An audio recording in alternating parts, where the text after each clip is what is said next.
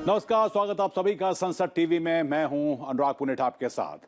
हाजिर हम दिन भर की बड़ी और अहम खबरों के साथ, लेकिन हमेशा की तरह बुलेटिन की शुरुआत सुर्खियों के साथ। आयुष्मान भारत डिजिटल मिशन से स्वास्थ्य के क्षेत्र में क्रांतिकारी बदलाव की उम्मीद। प्रधानमंत्री नरेंद्र मोदी ने वर्चुअल माध्यम से किया मिशन का शुभारंभ। कहा सभी देशवासियों की होगी हेल्थ आईडी, एक प्लेटफॉर्म पर ही मिलेगी सभी सुविधाएं।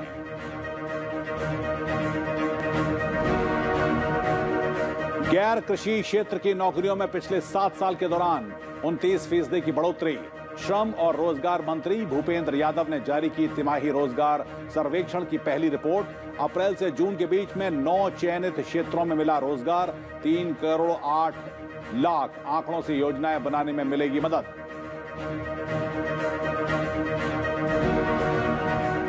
राज्यसभा के लिए 7 उम्मीदवार निर्विरोध निर्वाचित। असम से केंद्रीय मंत्री सर्बानंद सोनोवाल, मध्य प्रदेश से डॉक्टर एल मुरुगन, पश्चिम बंगाल से टीएमसी की सुष्मिता देव, महाराष्ट्र से कांग्रेस की रजनी पाटिल, तमिलनाडु से डीएमके की डॉक्टर कनिमोजी सोमू और राजेश कुमार और पुदुचेरी से एस सेल्वन गणवथी चुने गए। विश्व पर्यटन दिवस के मौके पर लोकसभा अध्यक्ष ओम बिरला ने पर्यटन मंत्रालय की डेटाबेस निधि के दूसरे चरण का किया शुभारंभ। कोविड के दौर में मजबूत संकल्प और स्पष्ट कार्य योजना के साथ पर्यटन को फिर से आगे बढ़ाने का किया आह्वान। देशवासियों से की आजादी के अमृत महोत्सव को उत्साह के साथ मनाने की अपील।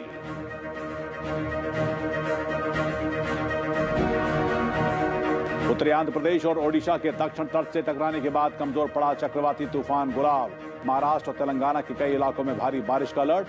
प्रधानमंत्री ने तूफान प्रभावित राज्यों के मुख्यमंत्रियों से की बात और दिया हर मुमकिन मदद का भरोसा।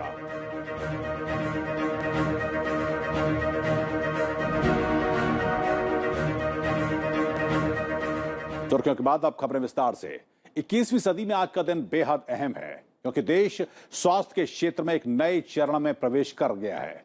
प्रधानमंत्री नरेंद्र मोदी ने वीडियो कॉन्फ्रेंसिंग के जरिए आयुष्मान भारत डिजिटल मिशन की शुरुआत करते हुए ये बातें कही। उन्होंने कहा कि इस डिजिटल मिशन के तहत लोगों को डिजिटल स्वास्थ्य पहचान पत्र प्रदान किया जाएगा, जिसमें उनका स्वास्थ्य संबंधी सभी रिकॉर्ड दर्ज होंगे।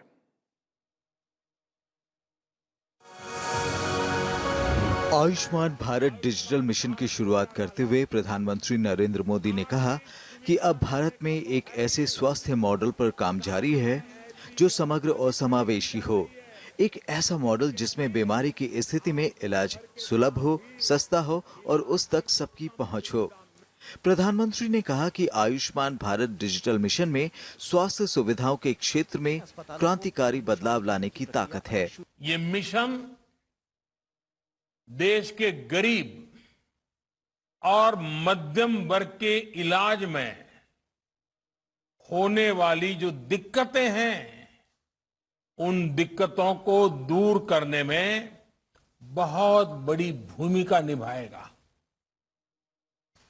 टेक्नोलॉजी के माध्यम से मरीजों को पूरे देश के हजारों अस्पतालों से कनेक्ट करने का जो काम आयुष्मान भारत ने किया है, आज उसे भी विस्तार मिल रहा है, एक मजबूत टेक्नोलॉजी प्लेटफॉर्म मिल रहा है।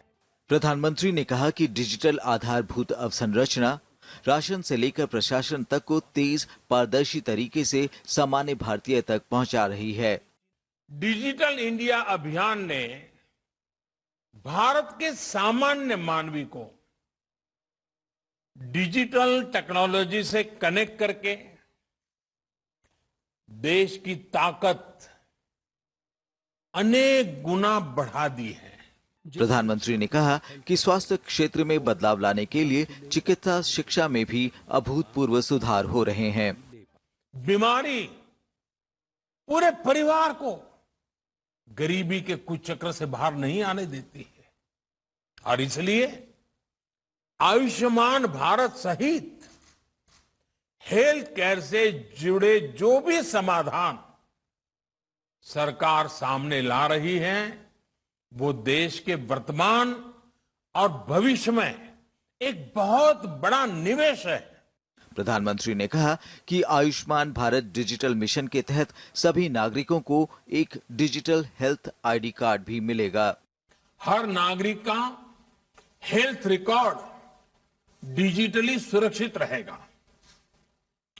डिजिटल हेल्थ आईडी के माध्यम से मरीज खुद भी और डॉक्टर भी पुराने रिकॉर्ड को जरूरत पड़ने पर चेक कर सकता है। प्रधानमंत्री ने पिछले साल 15 अगस्त को लाल किले की प्राचीर से राष्ट्रीय डिजिटल स्वास्थ्य अभियान के पायलट प्रोजेक्ट की शुरुआत की थी। ब्यूरो रिपोर्ट, संसद टीवी। देश के हर व्यक्ति का डिजिटल हेल्थ आईडी, जिसमें कि भूत, वर्तमान और भविष्य में होने वाली तमाम बीमारियों का एक लेखा जोखा दर्ज होगा। आइए एक नजर डालते हैं कि क्या है आयुष्मान भारत डिजिटल मिशन और आपको इसका फायदा कैसे मिलेगा। 15 अगस्त 2020 को लाल किले की प्राचीर से प्रधानमंत्री ने आयुष्मान भारत डिजिटल मिशन की पायलट परियोजना की घोषणा की थी। मिशन का उद्देश्य आम जन तक स्वास्थ्य सेवाओं को पहुंचाना है। इसके तहत एक ऑनलाइन प्लेटफॉर्म तैयार किया जाएगा जो डिजिटल स्वास्थ्य को इकोसिस्टम के तहत स्वास्थ्य से जुड़े दूसरे पोर्टल के परस्पर संचालन को भी सक्षम बनाएगा। आयुष्मान भारत डिजिटल मिशन के तहत सरकार हर व्यक्ति का यूनिक हेल्थ कार्ड बनाएगी। ये कार्ड पूरी तरह से डिजिटल होगा और देखने में आधार कार्ड की तरह ही होगा। जिस व्यक्ति की हेल्थ आईडी बनेगी उससे उसका आधार नंबर और मोबाइल नंबर लिया जाएगा। इसी की मदद से यूनिक हेल्थ कार्ड बनाया जाएगा। यूनिक हेल्थ कार्ड मरीज और डॉक्टर दोनों के लिए फायदेमंद होगा। इससे जहां मरीजों को मेडिकल फाइल से छुटकारा मिलेगा, वहीं डॉक्टर भी मरीज का यूनिक हेल्थ आईडी कार्ड देखकर उसकी बीमारियों का पूरा डेटा निकाल सकेंगे, जिसके आधार पर बेहतर इलाज मिल सकेगा। इस यूनिक हेल्थ कार्ड के जरिए पता चल सकेगा कि आयुष्मान भारत के तहत मरीज को इलाज की सुविधाओं का लाभ मिलता है या नहीं। इस हेल्थ कार्ड से ये भी पता चल सकेगा कि मरीज को स्वास्थ्य से संबंधित किन किन सरकारी योजनाओं का लाभ मिलता है। सार्वजनिक अस्पताल, community health centre, health and wellness centre और नेशनल हेल्थ इंफ्रास्ट्रक्चर रजिस्ट्री से जुड़े हेल्थ केयर प्रोवाइडर किसी व्यक्ति का हेल्थ कार्ड बना सकते हैं। आप खुद भी हेल्थ आईडी बना सकते हैं। ब्यूरो रिपोर्ट, संसद टीवी। और उधर प्रधानमंत्री नरेंद्र मोदी ने रविवार की रात को अचानक नए संसद भवन के निर्माण स्थल का दौरा किया और वो यहां तकरीबन 1 घंटा रुके रहे और नए संसद भवन के निर्माण कार्यों का जायजा लिया। आपको बता दें कि निर्माण स्थल का निरीक्षण करने के दौरान प्रधानमंत्री ने यहां काम कर रहे मजदूरों और कर्मचारियों से बातचीत की और उनसे उनकी कार्य योजना और निजी बातों को लेकर भी जानकारियां ली। साथ ही निर्माण स्थल के कार्य की गति पर अधिकारियों को निर्देश दिए। सेंट्रल विस्टा परियोजना के तहत एक नए संसद भवन और नए आवासीय परिसर का निर्माण किया जा रहा है। 10 दिसंबर 2020 को प्रधानमंत्री ने इसकी आधारशिला रखी थी और उम्मीद की जा रही है कि अगले साल का शीतकालीन सत्र, संसद का शीतकालीन सत्र इस नए संसद भवन परिसर में किया जा सकता है।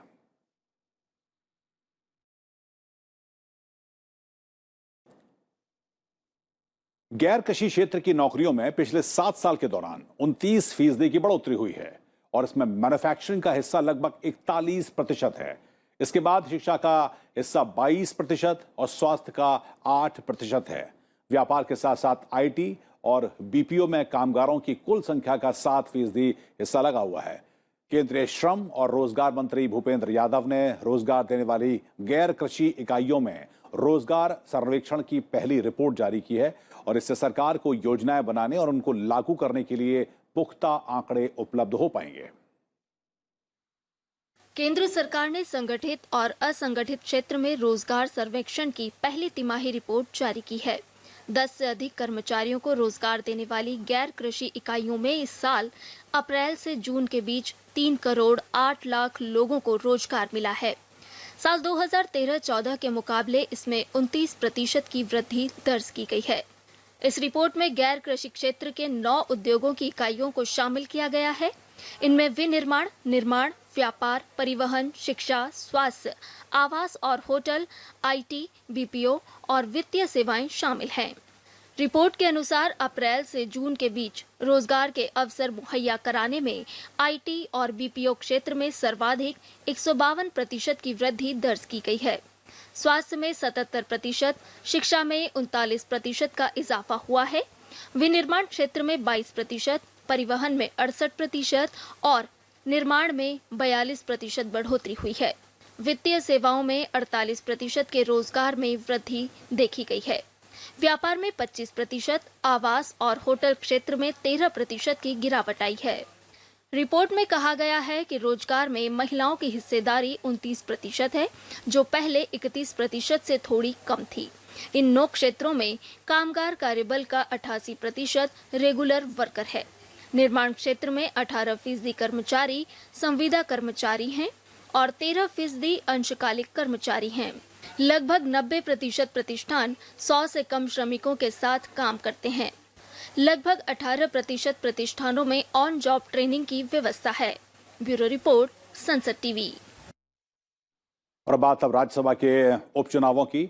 6 सीटों पर हुए उपचुनाव और पुदुचेरी के लिए 1 सीट पर हुए चुनाव के नतीजों का ऐलान कर दिया गया है। केंद्रीय बंदरगाह, जहाजरानी और जलमार्ग मंत्री सर्बानंद सोनोवाल असम से राज्यसभा के लिए निर्विरोध चुन लिए गए हैं। इसके अलावा मध्य प्रदेश की एक राज्यसभा सीट पर हुए उपचुनाव में बीजेपी प्रत्याशी और केंद्रीय मंत्री एल मुरुगन निर्विरोध चुने गए हैं। पश्चिम बंगाल से टीएमसी प्रत्याशी सुष्मिता देव राज्यसभा के लिए निर्वाचित हो गई हैं। उधर तमिलनाडु में डीएमके की प्रत्याशी डॉक्टर कनिमोझु सोमू ने भी जीत दर्ज की है।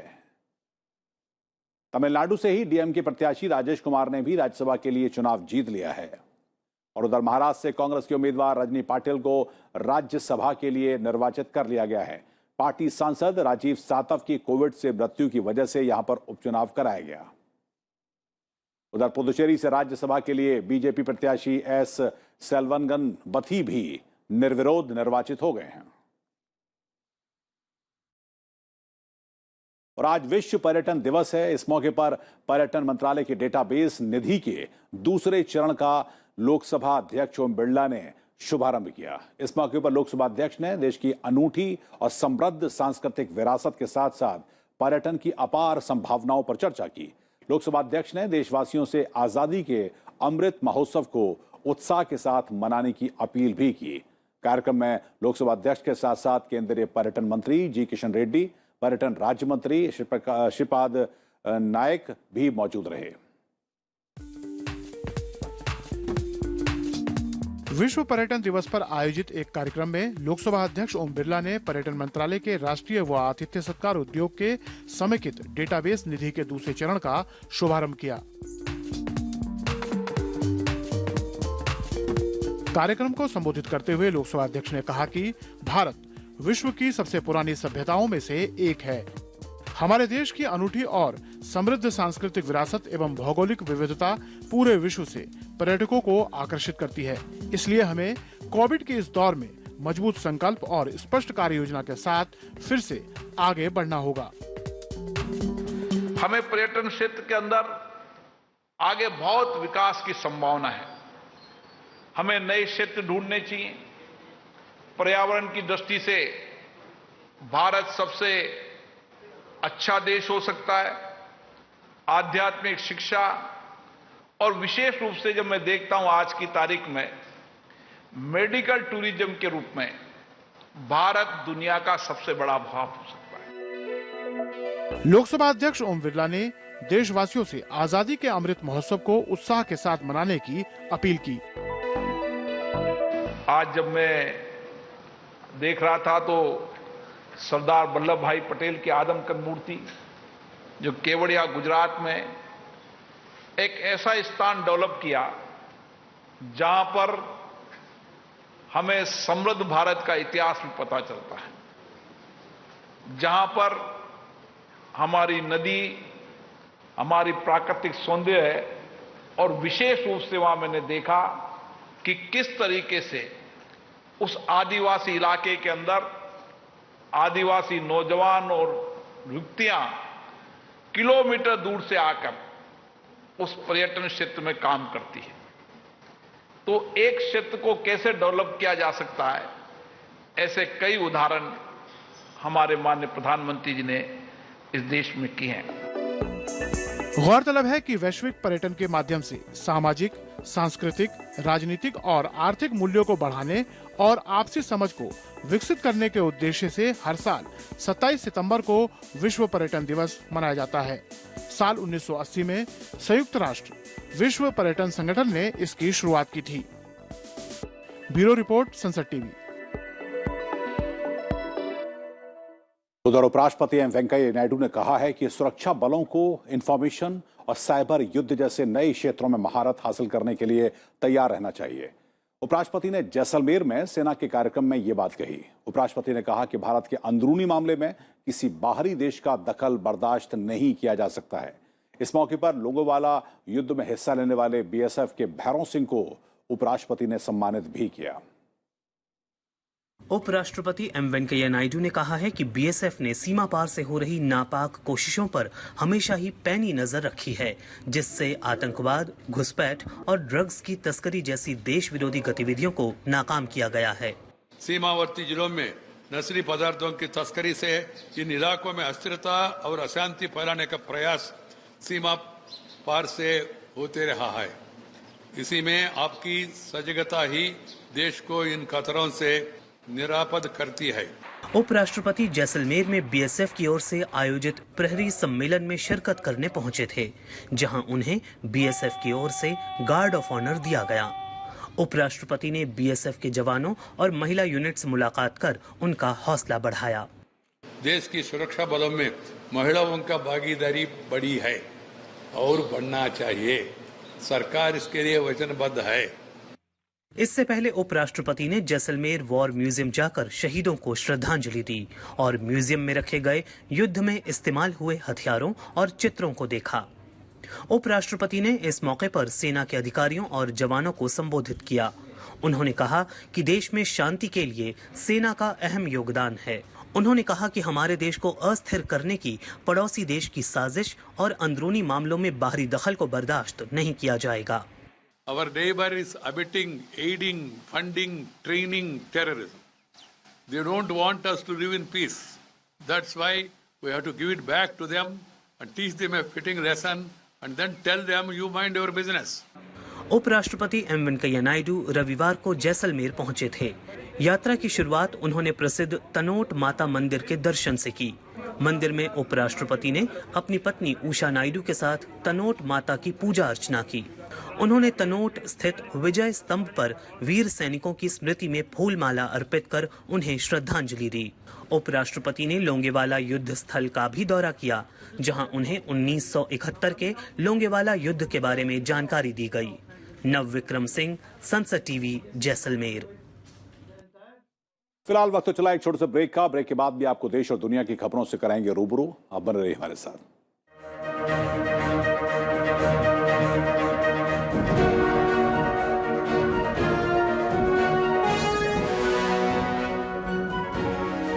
तू ही ब्रह्मा तू ही विष्णु तू ही ब्रह्मा तू ही विष्णु तू ही गुरु तू ही। नमस्कार, मैं वासिफुद्दीन डागर, ध्रुपद गायक। ध्रुव और पद, जो पद अपने आप में संपूर्ण है। डगरपन घटकी जो है ना, ये यही है।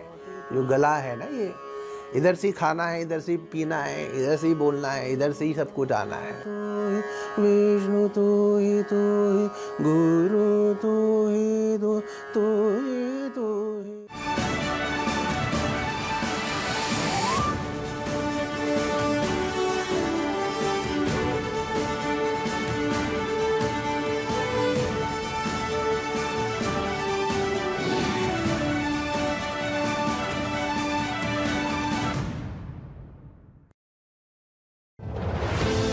भारत लाखों बरस प्राचीन सभ्यता, जिसे घर के जयचंदो और मीर जाफरों ने गुलाम बनने पर किया मजबूर। देशभक्तों ने अपनी जान न्यौछावर करके भारत को करवाया आजाद और भारत को प्रेम करने वाले देश प्रेमियों ने किया नव भारत का निर्माण। नव भारत के निर्माता सिर्फ संसद टीवी पर।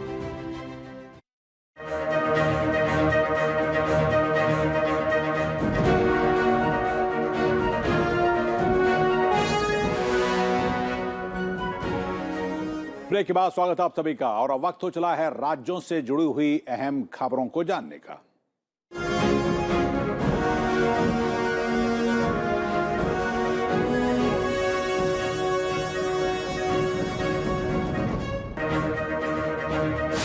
उत्तर प्रदेश में नवनियुक्त मंत्रियों ने पदभार संभाल लिया है। इससे पहले रविवार को राज्यपाल आनंदीबेन पटेल ने 7 विधायकों को मंत्री पद की शपथ दिलाई थी। जितिन प्रसाद को कैबिनेट मंत्री बनाया गया है। वहीं पलटूराम, छत्रपाल गंगवार, संजीव कुमार, संगीता बलवंत बिंद, दिनेश खटीक और धर्मवीर प्रजापति को राज्य मंत्री बनाया गया है।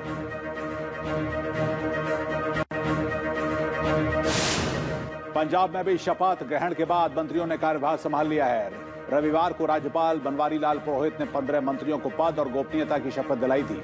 शपथ लेने वालों में 9 पुराने चेहरे जबकि 6 नए चेहरों को जगह मिली है। गुजरात विधानसभा का 2 दिवसीय मानसून सत्र आज गांधीनगर में शुरू हुआ। कच्छ से विधायक निमाबेन आचार्य को सर्वसम्मति से सदन का नया अध्यक्ष चुना गया। निमाबेन आचार्य सदन की पहली महिला अध्यक्ष बनी है।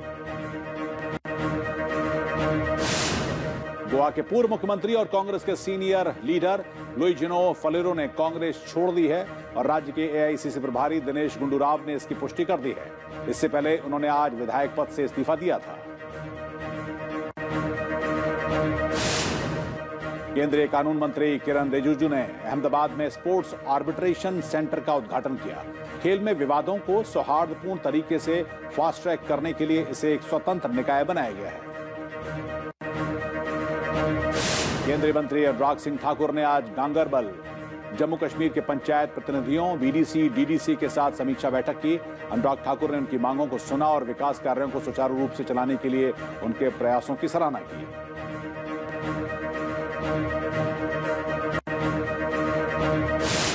महाराष्ट्र में बृहद मुंबई नगर निगम ने आज महिलाओं को कोविड रोधी टीका लगाने का विशेष अभियान चलाया। नगर निगम ने टीकाकरण में लैंगिक असमानता कम करने और महिलाओं के बीच में टीकाकरण को लेकर संदेह को दूर करने के लिए अभियान चलाया है।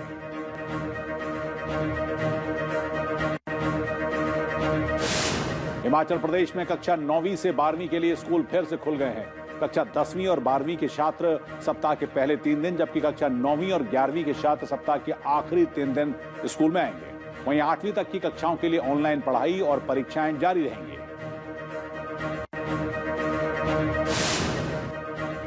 विश्व नदी दिवस पर आगरा में लोगों ने यमुना नदी की सफाई की। सितंबर के चौथे रविवार को हर साल विश्व नदी दिवस मनाया जाता है। प्रधानमंत्री ने भी मन की बात कार्यक्रम में नदियों के महत्व का जिक्र किया था।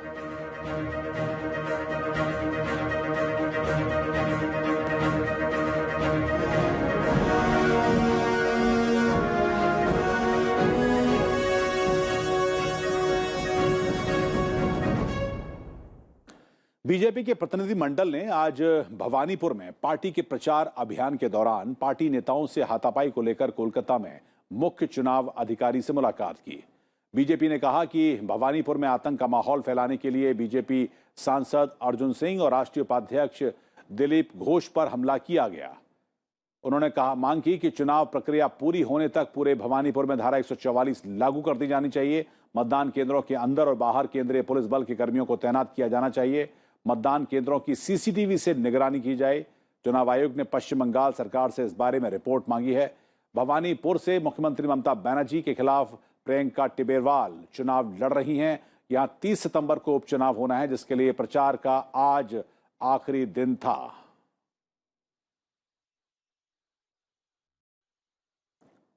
और उधर सरकार ने एक बार फिर किसान संगठनों से आंदोलन की राह छोड़कर बातचीत के लिए आगे आने की पेशकश की है। किसान संगठनों ने आज भारत बंद का आह्वान किया था। इसके बाद केंद्रीय कृषि मंत्री नरेंद्र सिंह तोमर ने कहा कि किसानों को आंदोलन का रास्ता छोड़ना चाहिए, बातचीत करनी चाहिए और सरकार कृषि कानूनों को लेकर उनकी आपत्तियों पर विचार करने के लिए तैयार है। देश में आज मिला जुला असर देखने को मिला। आंदोलन का रास्ता छोड़कर वार्ता का रास्ता अपनाएं। सरकार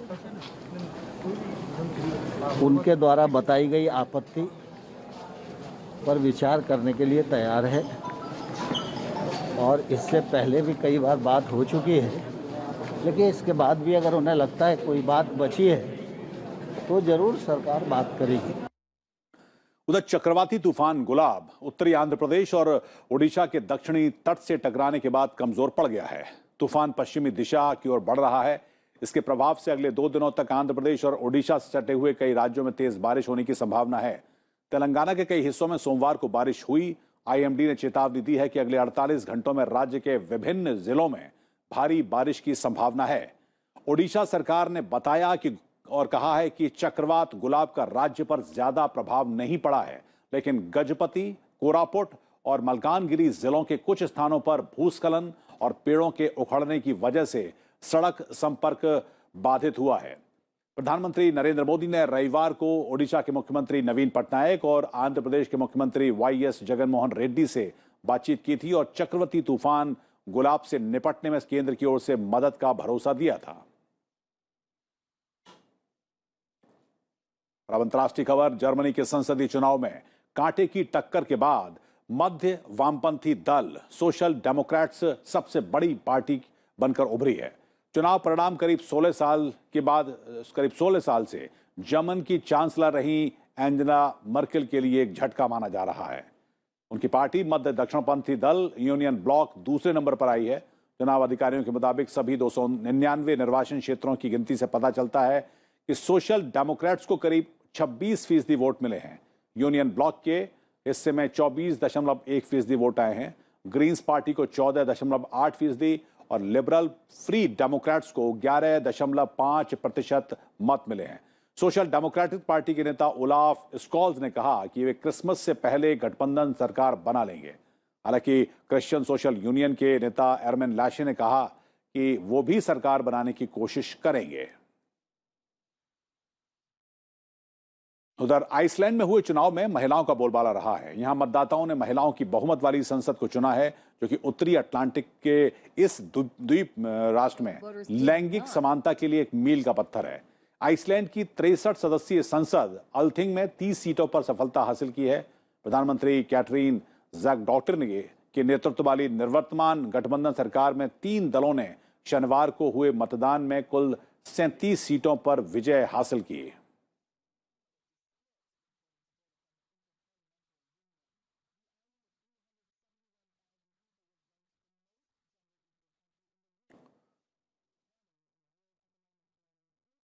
और इस बुलेटिन में इतना ही, लेकिन चलते चलते आपको एक पॉजिटिव न्यूज के साथ छोड़ जाते हैं। नवरात्र से पहले कोयम्बटूर में मां दुर्गा की प्रतिमा बनाई जा रही है। आइए आपको छोड़ जाते हैं ऐसे कुछ सुंदर और मनमोहक तस्वीरों के साथ। हमको दीजिए इजाजत। नमस्कार।